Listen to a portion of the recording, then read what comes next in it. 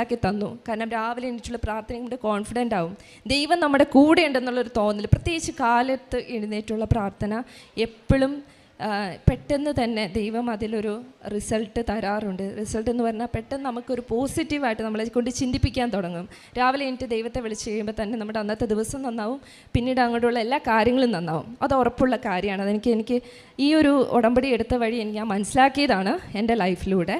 അപ്പോൾ ഇത്രയാണ് എനിക്ക് പറയാനുണ്ട്. ഇനി ഒത്തിരി പറയാനുണ്ട്. എനിക്ക് എവിടെ തുടങ്ങണമെന്നോ നിർത്തണമെന്നോ അറിയില്ലായിരുന്നു. പക്ഷേ ഈ പറയാൻ വേണ്ടിയുള്ള കാര്യം ഞാൻ 2 വർഷമായിട്ട് പറയാതെ ഇങ്ങനെ നടന്നുകൊണ്ടിരിക്കുന്നതിൻ്റെ ഒരു പ്രശ്നമാണ്. എനിക്ക് അതിൻ്റെ ഇടയിൽ എനിക്ക് തോന്നിയ കാര്യം, ബ്രദറിന് എൻ്റെ ഇടയിലൊരു ചെറിയ ഷോൾഡർ പെയിനൊക്കെ വന്നു. അപ്പോൾ ഞാൻ ഓർത്തു, ഞാൻ ഈ സാക്ഷ്യം പറയാനായിട്ട് വൈകിക്കുന്ന കാരണമാണോ എന്ന് എനിക്ക് സംശയം തോന്നി. അപ്പോൾ എൻ്റെ മനസ്സിൽ തോന്നിപ്പിച്ചുകൊണ്ടിരുന്നു.